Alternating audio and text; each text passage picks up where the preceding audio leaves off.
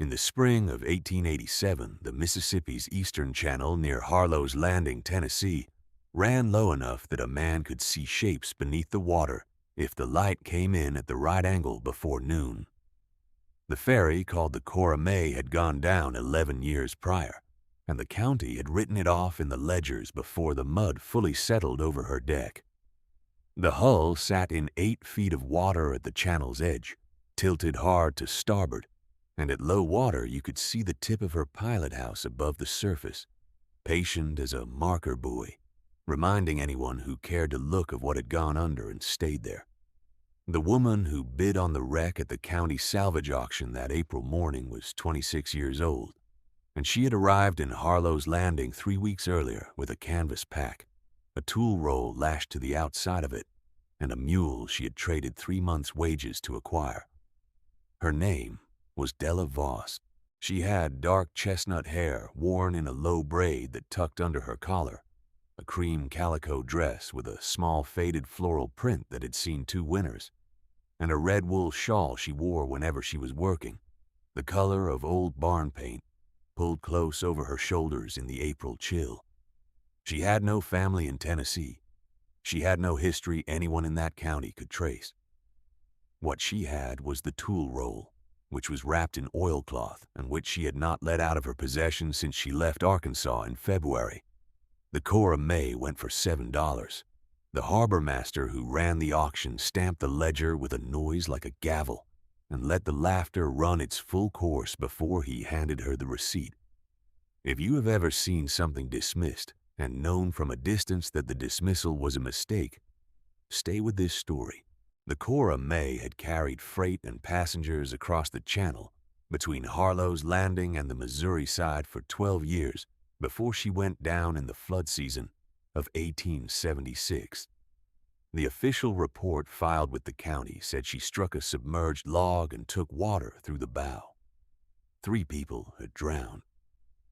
The county assessor had valued what remained at $40, salvage rights included, then marked it down to nothing when no buyer came forward in the first year and the second year passed without interest. The rights had sat dormant in the county file for nearly a decade until a clerk found them during a property consolidation review, and the harbor master put them up at auction. The men who attended that morning numbered about 9. They were timber buyers and a land speculator from Memphis and 2 brothers who ran the general store on the landing road and who had come out of curiosity more than any real intention to bid. They watched Della Voss walk to the front of the small crowd with her $7, and they had their comments ready by the time she turned back around. One man said a woman alone could not move a hull in that water. Another said the thing was so far gone in rot that you could put your fist through the planking, and she would need a good deal more than $7 worth of equipment to haul anything worth hauling. The harbor master himself said the best she could hope for was scrap iron from the engine fittings, and even that would require a block and tackle she plainly did not possess. She listened to all of it.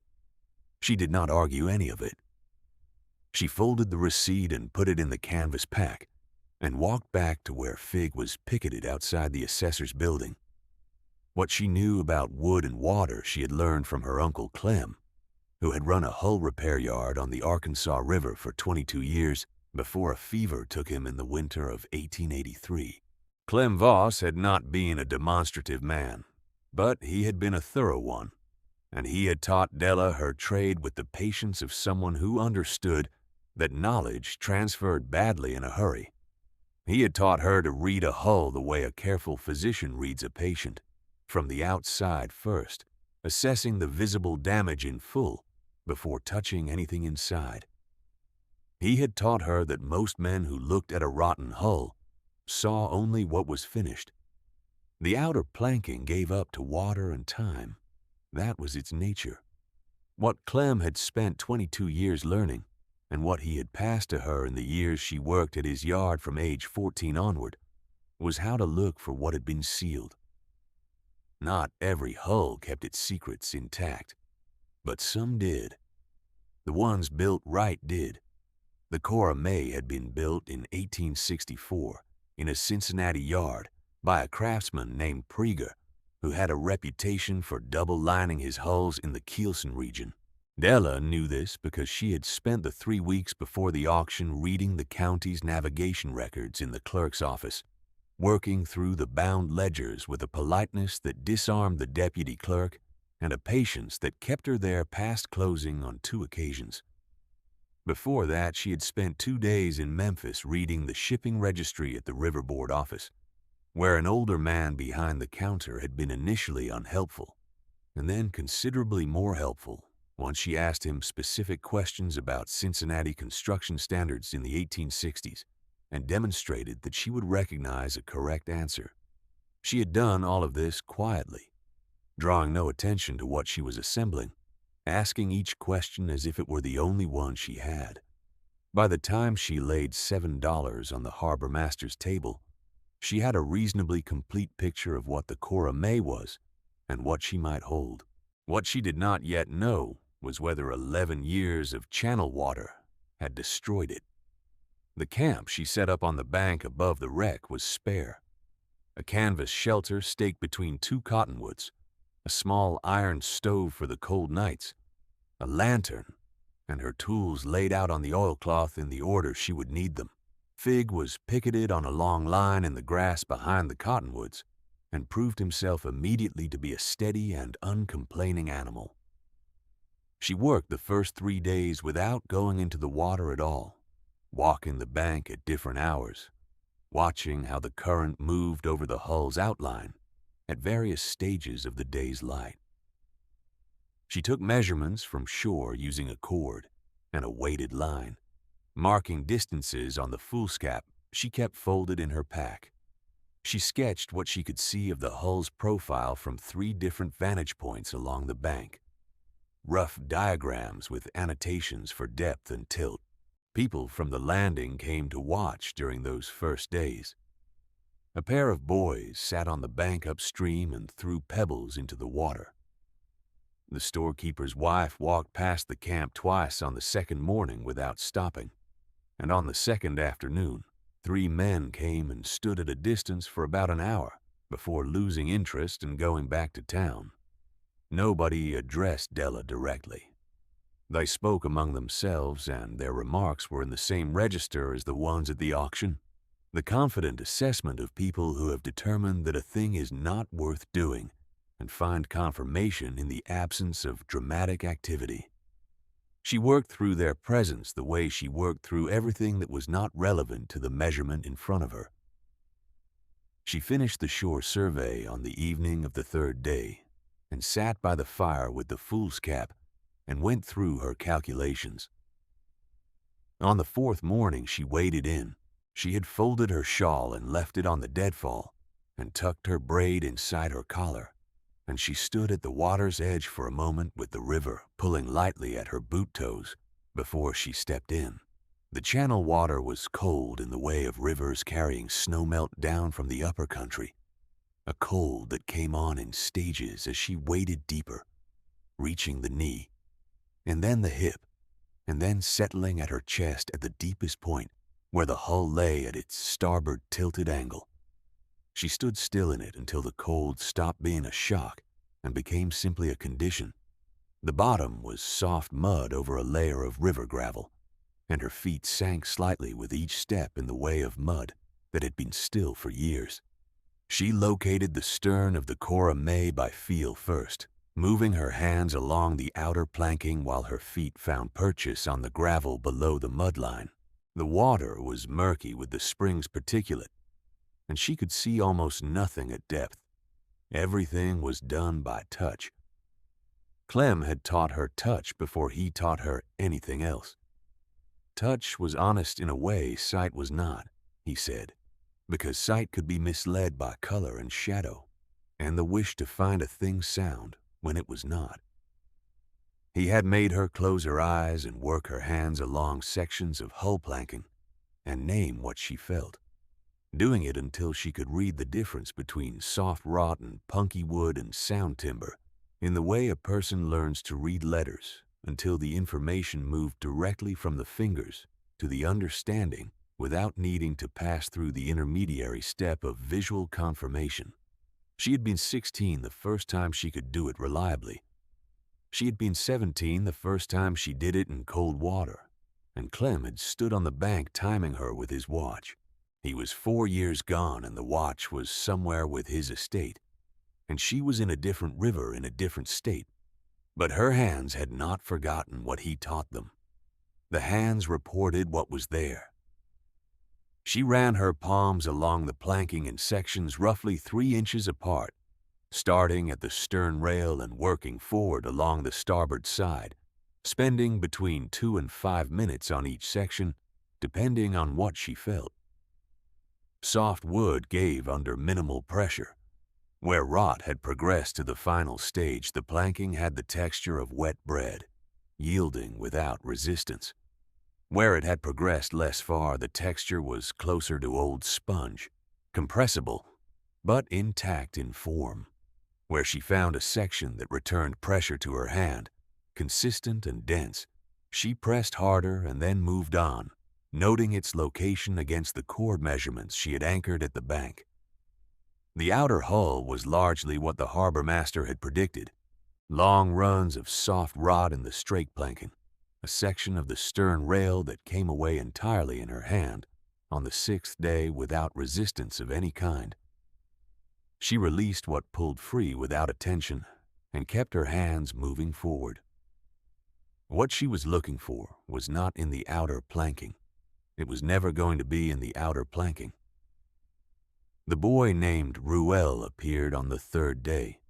He was perhaps 12 years old, thin in the way of boys that age who are growing faster than they are eating, with a serious manner and a quality of stillness that Della recognized as indicating that something was being observed and filed. He sat on the bank each morning at a point that was roughly equidistant from the camp and the upstream stretch where the other boys threw pebbles. And he did not throw pebbles. On the 3rd day, she was out of the water for a stretch, and he came down to where she was working the cord measurements at the bank, and he asked her what she was doing. She told him she was looking for something inside the hull.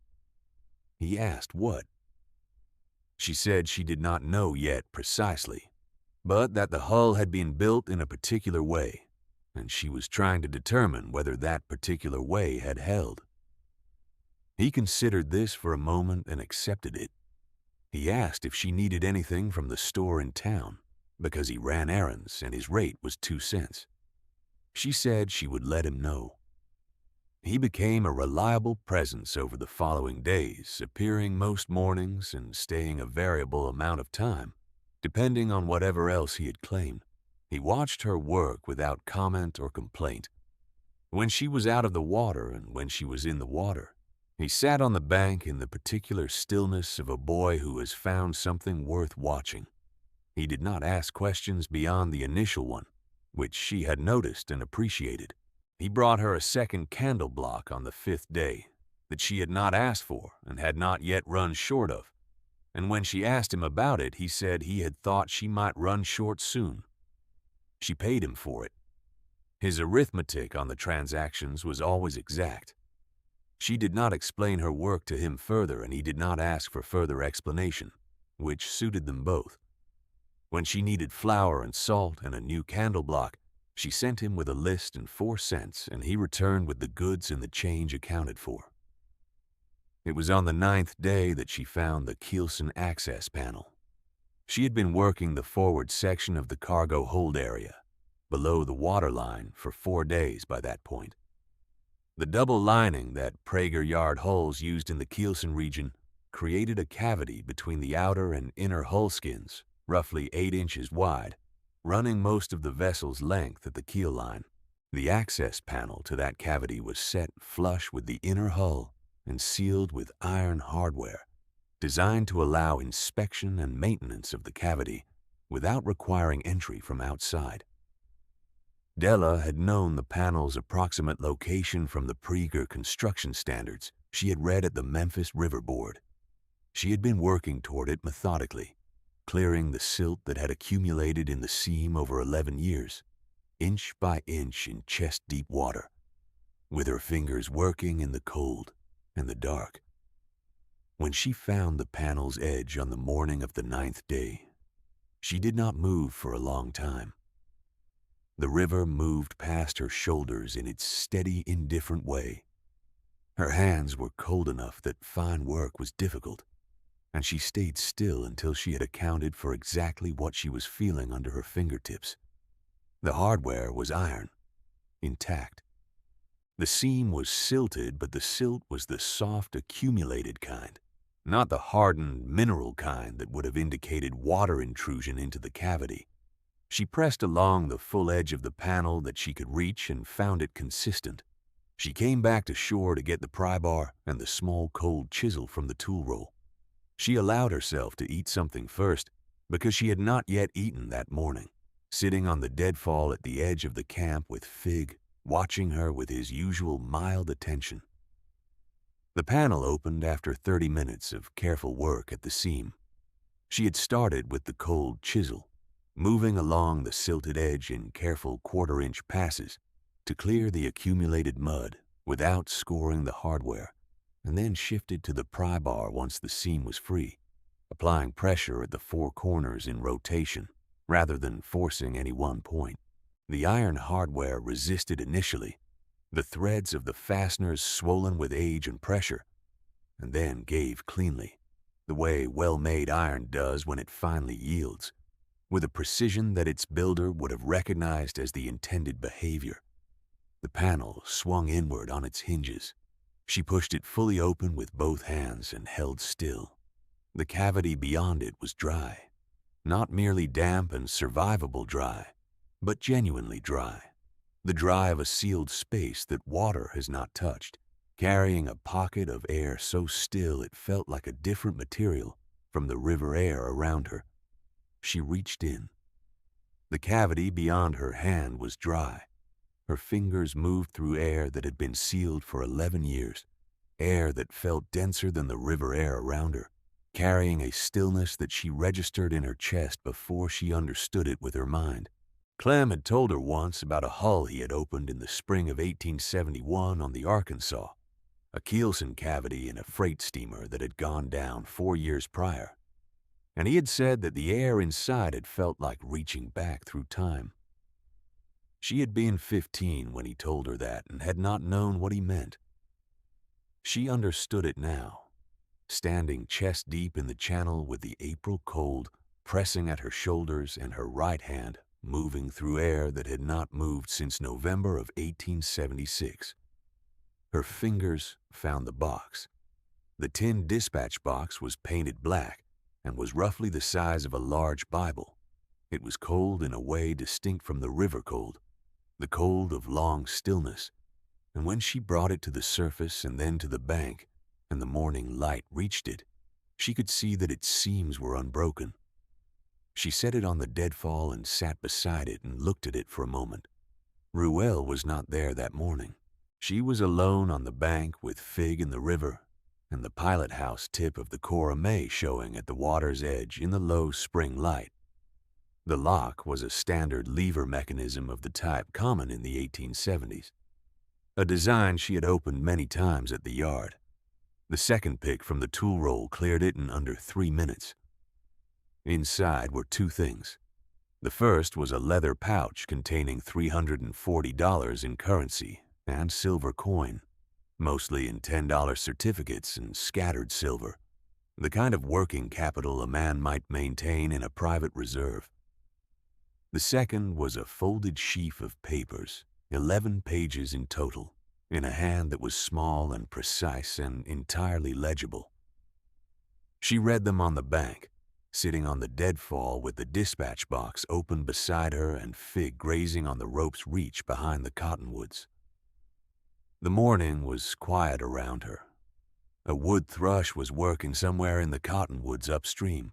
The channel ran in its steady, low-water voice over the stones at the shallow stretch to the north. She was aware of these things at the edge of her attention while the center of it was entirely on the pages in her hands, on the small, precise hand, and the columns of figures and the dates that began in the spring of 1870 and ran without interruption to the final entry in October of 1876. The papers were the private account records of a man named Aldous Gant, who had operated the Harlow's Landing Ferry concession between 1870 and 1876 on behalf of a land trust whose members he had served as agent. The accounts were meticulous in the way that accounts kept for concealment tend to be, covering their own tracks by their very completeness. They recorded by date, route, and cargo class the systematic diversion of passenger fares and freight tolls from the trust's operating account into a separate account held in Gant's name alone at a bank in Paducah.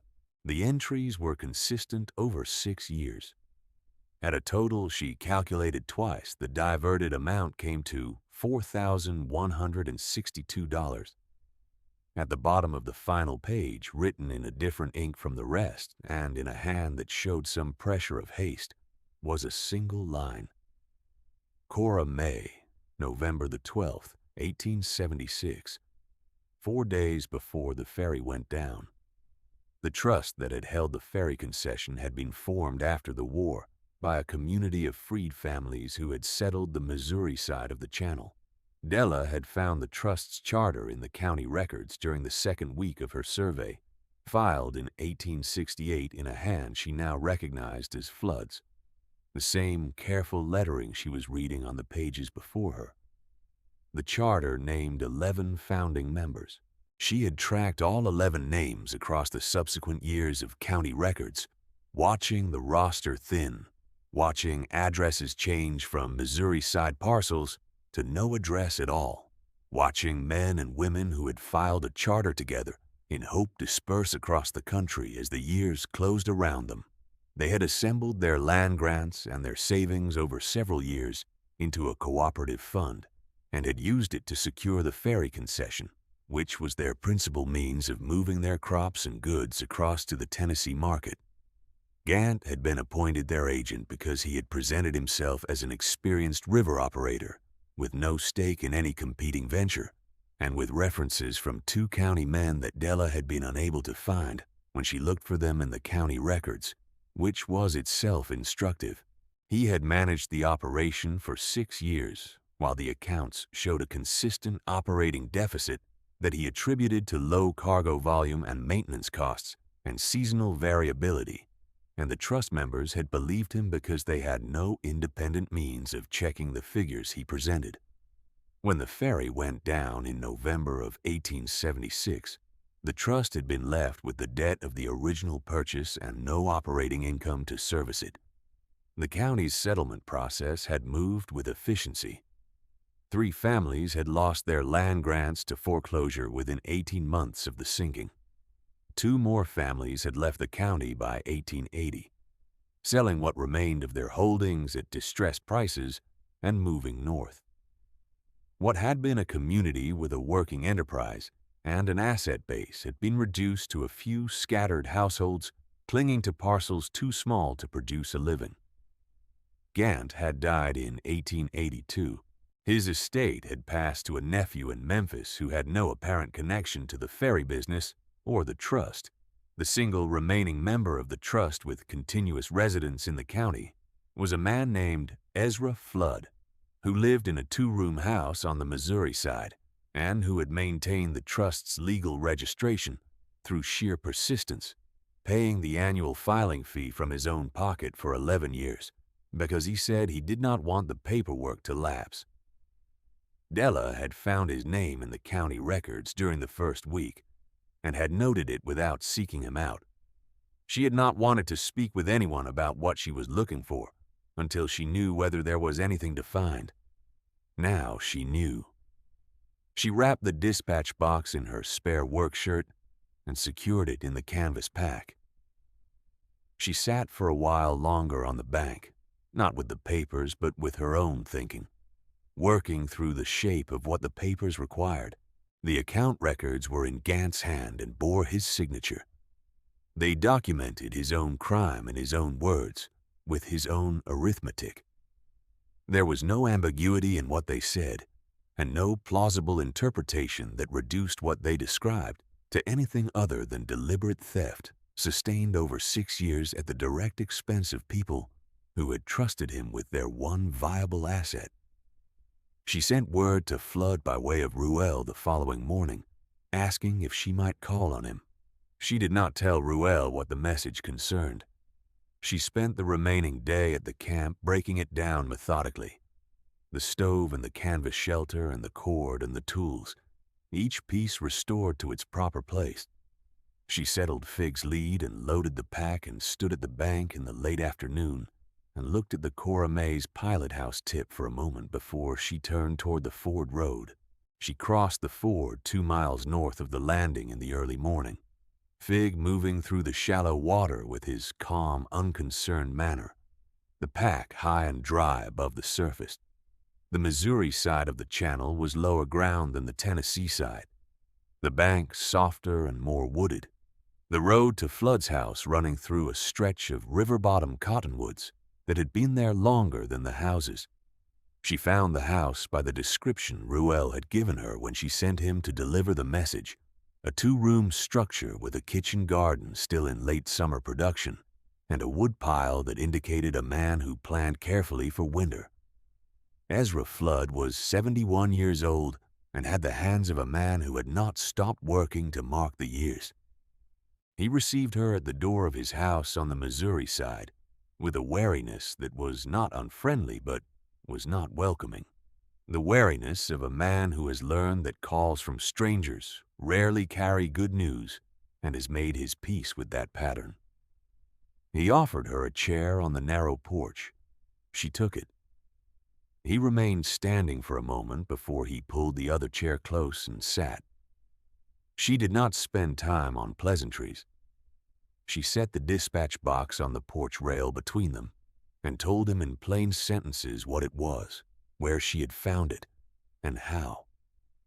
She laid the account papers out on the rail beside the box, in the order she had found them, smoothed flat with her palm. She told him what the total came to, and showed him the final line with the date. Then she told him to read as much as he wished to read, and she sat back and was quiet. He read all 11 pages.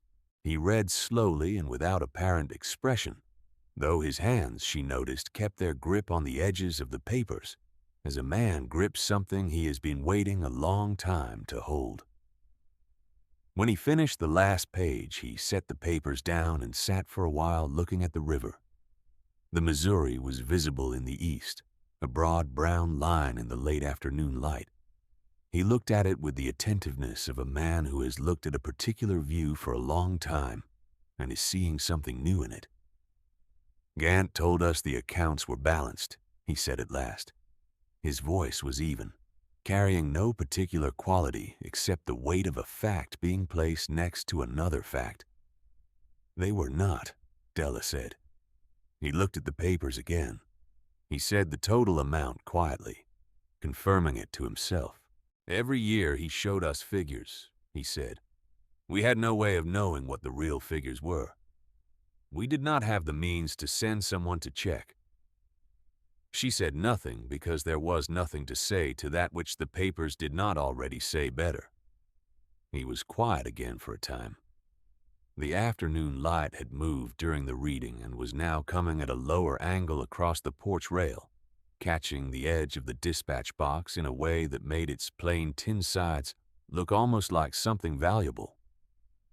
Della did not watch him. She watched the river. Then he asked how she had known to look. She told him about the Prager construction method and the Kielsen cavity, and about the registry records in Memphis, and about what Clem had taught her concerning what sealed spaces in a well-built hull could preserve. She did not tell him that she had also simply looked at the circumstances of the sinking, at the convenient timing of the boat going down, 4 days after Gant had recorded the date on the final page of his accounts, and concluded that the dispatch box had been placed in the cavity for concealment, and that the sinking had not been planned to be permanent. She did not say this because it was inference, and the papers said everything that needed to be said without it. Flood thanked her. He said it the way a man says something when a simple word has to carry more than simple words can carry. briefly and without embellishment. And then he looked back at the river.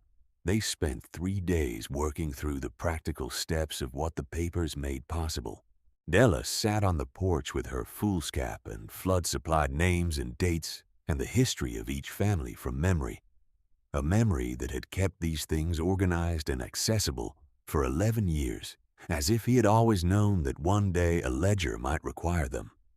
She wrote everything he told her in the columns she had learned to keep at Clem's yard, precise and cross-referenced, so that the claim filing would have everything the court clerk needed in one place, and nothing would require the court to seek it out. The county court's clerk was a precise woman named Mrs. Pell, who received the claim filing on a Tuesday morning and examined the dispatch box and its contents under the provisions for recovered property from navigable waterways with the thoroughness of someone who took the provisions seriously. She read each of Gant's 11 pages in turn without comment, setting each one face down on the desk as she finished it. She verified the condition of the dispatch box with her own hands, pressing along the seam and the lock hardware and the painted tin surface. She asked Della 3 questions. Where exactly the hull lay in relation to the recorded channel boundary, the date on which the salvage rights had been transferred, and whether the papers had been altered or repaired in any way since they were found. Della answered all 3 directly. Mrs. Pell wrote her answers in the claim register in the same ink she used for everything.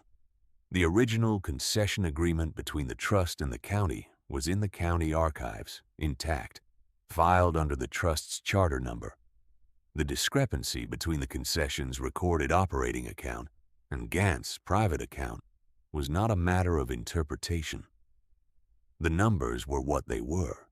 The signature was what it was. The nephew in Memphis received notification from the court and appeared through an attorney's letter. And then, when the account papers were described to him in their full specificity, declined to contest the claim. His attorney's second letter was brief and concluded the matter of the estate's liability in 2 sentences. The nephew had not known about the accounts and had inherited nothing traceable to the diverted funds. There was nothing for him to protect, and he did not pretend otherwise. The foreclosure judgments against the 3 families whose land grants had been taken required a separate action before the land court, and that process ran on its own schedule over the summer and into the fall. Della filed the supporting documentation and answered 2 written inquiries from the court's examiner, but she did not attend the hearings. She had put before the court what she had found, in the form the court needed it, and the rest belonged to the court and to the families and to Flood, who attended every hearing and reported the proceedings to her in his subsequent letters. She was present on the Missouri side, on the afternoon the first family received the court's restoration letter. The family's name was Archer. A woman of about 50 came to the door when Flood knocked, with grown children visible behind her in the interior of the house, and she took the envelope and read the letter twice while standing on her own porch in the low autumn light, reading it carefully as if checking her understanding against itself. She did not look at Della. She looked at the letter, and then she looked at the river in the east, and then she folded the letter precisely along its original crease and held it against her side. 11 years, she said. Yes, Della said. The woman nodded once, a nod that meant what it meant and required nothing further. The $340 from the leather pouch was remanded to the trust's restored account by court order.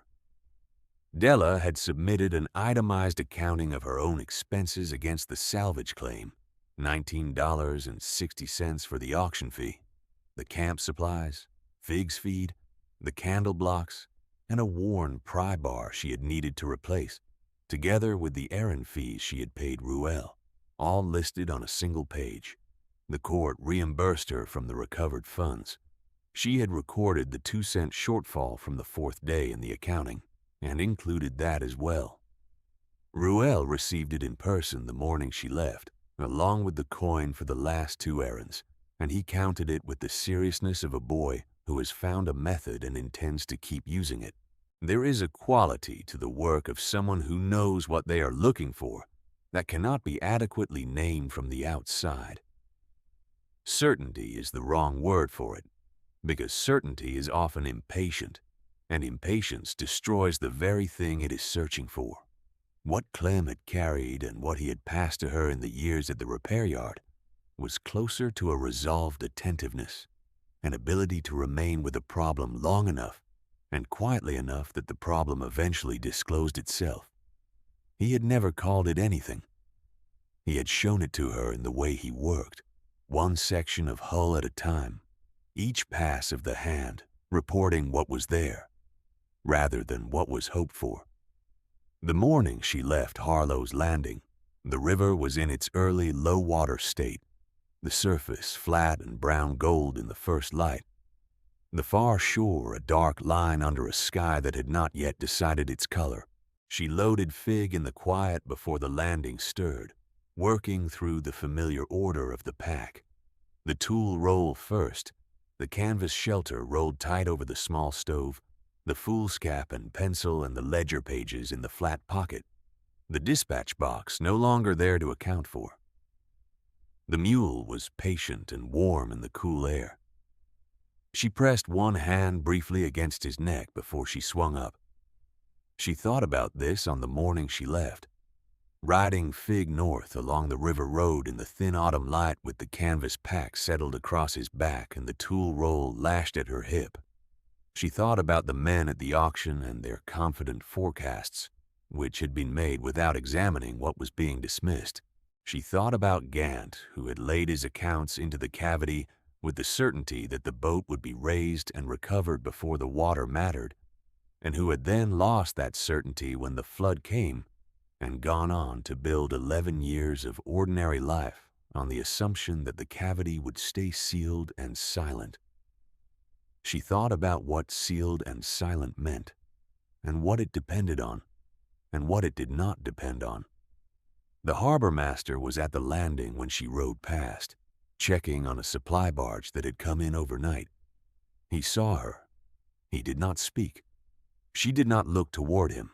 The Cora May's pilot house tip was visible at the channel's edge one last time as the road curved away south, and she caught the river's angle before the tree line closed.